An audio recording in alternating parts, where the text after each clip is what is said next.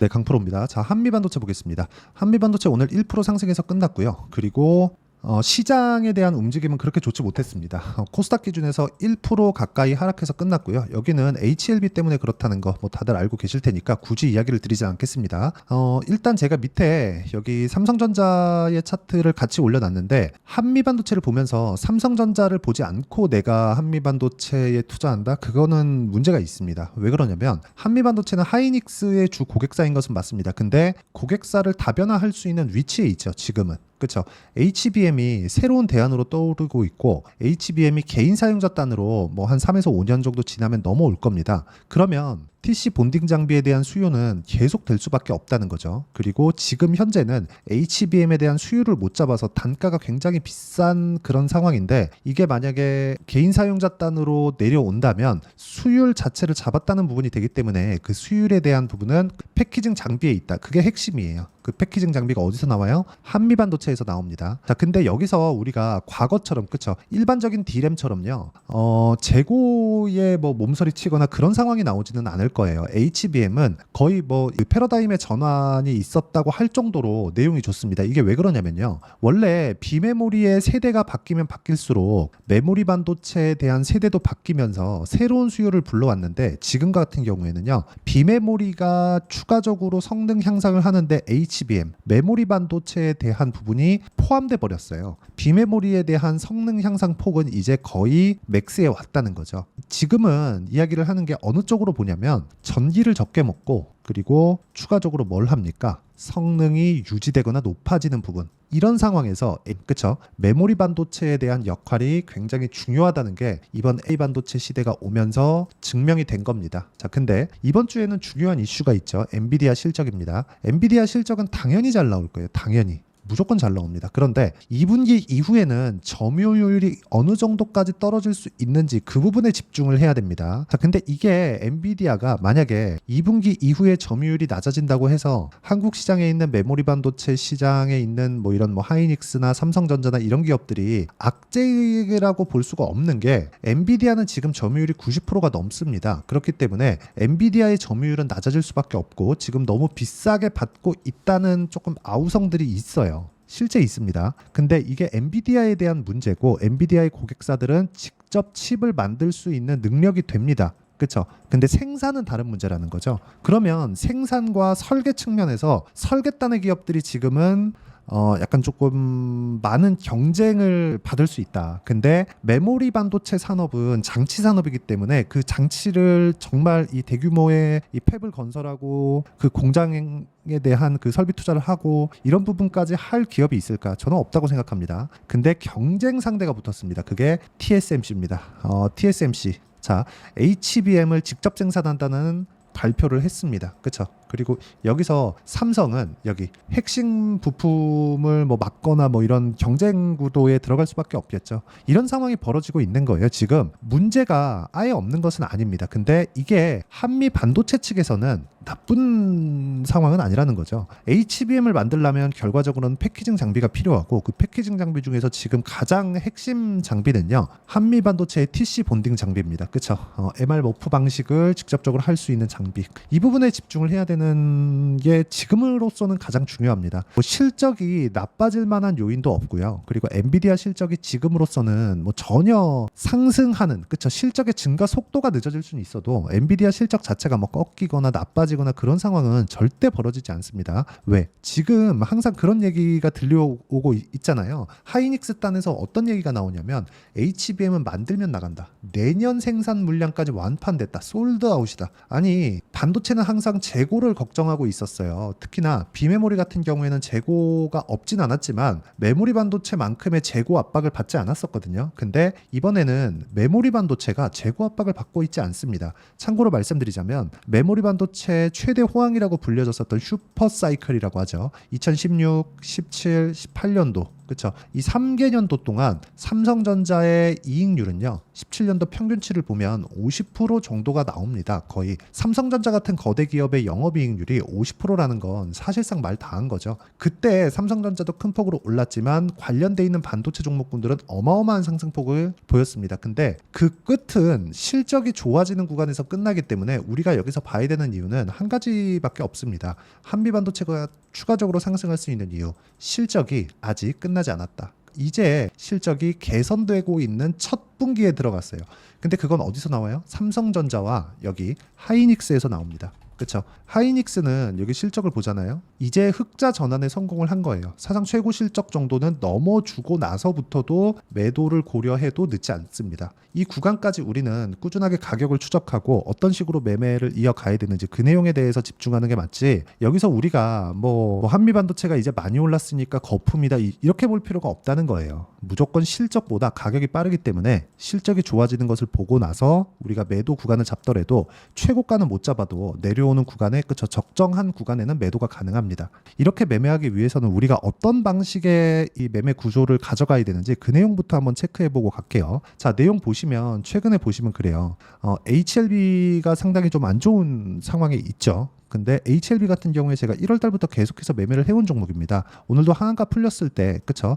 단타로 한번 들어갔다가 뭐 한 3% 정도 손절을 하고 나왔는데 이건 어쩔 수가 없죠. 그쵸? 하한가를 한번 더 가면 떨어지는 상황이 추가적으로 나올 테니까 손절을 한 거고요. 계속해서 제가 수익을 뭐 마지막까지도 한 4% 정도 수익을 냈고요. 그리고 쭉 내려보면 13%, 18% 그리고 1월 달에는 31%씩 이렇게 수익을 냈습니다. 근데 매매한 구간을 보면 전부 다 신고가, 그쵸? 고가 돌파하는 구간에 공략을 해서 이런 상황을 만들었다는 거고, 우리가 고가 돌파하는 구간에 매수를 할 수 있어야 꾸준하게 수익을 낼 수 있는 환경을 만들어갈 수 있습니다. 예를 들어서 최근에 강세를 보였었던 재룡산업이나 그런 종목군들 있죠. 이런 종목군들도 제가 딱 이틀 만에 여기 35% 정도의 수익을 냈는데 이 구간에서 제가 뭘 만들었습니까? 그쵸? 고가 돌파를 확인하고 나서 매수 구간을 만들어냈고 그 구간에 3일 만에 35% 수익을 냈습니다.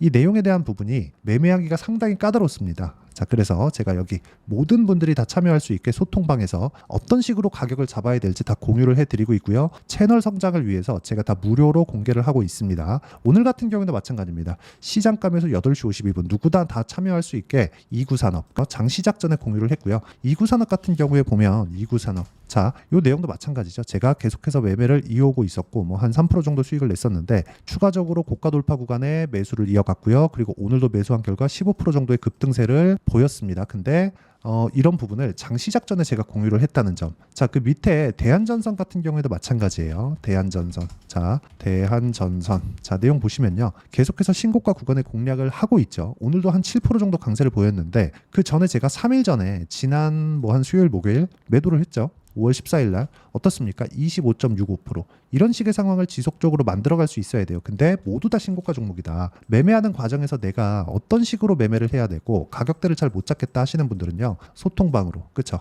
제가 10억 만들기 프로젝트를 진행하고 있는 소통방으로 입장해 주시면 되고요. 다 무료로 진행하기 때문에 구독과 좋아요는 꼭 눌러주시면 되고요. 상단에 있는 전화번호로 구독 또는 10억이라고 문자 보내주시면 제가 소통방 입장 링크를 순차적으로 공유를 해드리도록 하겠습니다. 한미반도체의 실시간 타점도 제가 함께 공유를 하고 있고 한미반도체를 공략하는 이유는 신고가 구간에 있기 때문에 그렇습니다. 자, 그러면 어떤 류의 종목군들을 제가 매매하는지 다 보여드렸으니까 이 내용을 가지고 우리가 한미반도체의 상황을 한번 보자고요. 제가 보는 이유 뭐다? 신고가 구간에 있기 때문에 그렇다. 근데 여기서 추가적으로 하락하기 위해서는 뭐가 나와야 돼요? 삼성전자가 떨어져야 되는데 삼성전자는 지금으로서는 지금 가격에서는 떨어지기가 너무 어려운 구간에 있다는 거죠. 이 구간에서 우리는 뭘 해야 됩니까? 당연히 타점 잡아야죠. 제가 언제 구간에 잡았죠? 돌파하는 구간에. 제가 매수하는 구간을 다 보여드렸죠. 돌파하는 구간에 잡는 게 맞고요. 그러려면 확인 과정이 필요하다. 시장이 안 좋았는데도 불구하고 오늘 어때요? 한미반도체가 1% 정도 상승을 했습니다. 어느 정도 확인 과정에 있다고 보시면 되고요. 엔비디아 실적을 앞두고 있기 때문에 엔비디아 실적 이후에 공략하는 것을 추천드립니다. 싸게 잡으려고 하지 마시라는 거죠.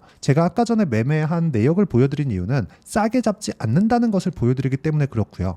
이렇게 싸게 잡지 않는 원리가 있겠죠. 그쵸? 자, 실시간 타점이나 어떻게 매매를 해야 되는지 내용에 대한 부분은 제가 여기 소통방에서 다 공유를 하고 있고 무료로 진행하고 있는데, 여기는 구독과 10억이라고 문자 보내주시면, 그쵸? 둘 중에 하나 문자 보내주시면 제가 소통방 입장 링크를 순차적으로 공유를 해드리겠지만, 이격이 좁혀지는 과정에서 62평과의 어느 정도의 기간이 필요할까, 이런 타점을 잡는 원리가 있을 텐데, 그 원리에 대한 부분은요, 여기 한미반도체의 가격과 단기 보유 전략, 단기는 2주 동안의 기간을 의미를 하고요. 2주 동안 안에 우리가 수익 전환을 시킬 수 있는 상황을 어떻게 만들어요? 가격을 통해서 만든다. 그래서 가격과 단기 보유 전략이라고 제가 말씀을 드리고 있고요. 무엇보다 최근에 그쵸? 엔비디아 실적 기준에서 반도체 종목군들의 변동성이 커질 수밖에 없기 때문에, 그쵸? 이 종목군에서 실시간 타점, 그쵸? 한미 반도체의 실시간 타점을 제가 문자로 공유를 해드리도록 할 테니까 상단에 있는 전화번호로 한미라고 문자 보내주시는 분들에 한해서만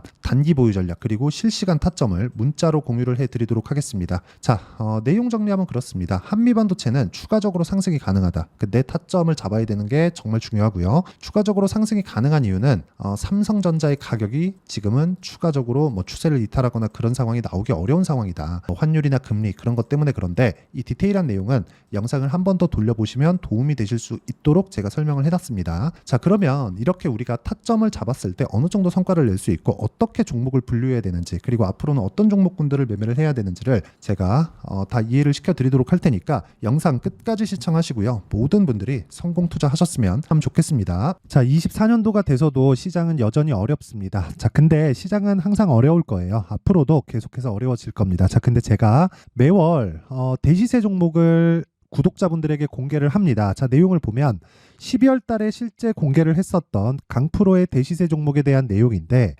대기업을 상대로 안정적인 매출 구조를 가지고 있고요. 그리고 현재 주요 거래처는 삼성전자, 인텔, 하이닉스, TSMC, 해외에 반도체 관련된 기업이라는 걸 알 수 있죠. 그만큼 1월 달에 제가 보고 있었던 종목은 반도체 관련주라는 걸 알 수 있습니다. 공개를 해드리면 이 내용입니다. 여기 어보브 반도체, 그쵸? 실제 제가 거래한 내용을 공개를 한 거고요. 수익에 대한 크기를 보면 공략한 시점, 제가 가격대를 함께 공개를 해드렸는데 공략한 시점부터 21%의 수익 마감이 된 것을 확인해 볼 수가 있습니다. 자, 근데 지금도 마찬가지입니다. 지금은 어떤 이슈가 있을까요? 2월 달에 발표한다는 기업 밸류업 프로그램이 있죠. 근데 그걸로 인해서 지금 2월 달에 발표한다고 이야기가 나온 상황이고요. 무엇보다 우리가 생각해야 될 내용은 한 가지입니다.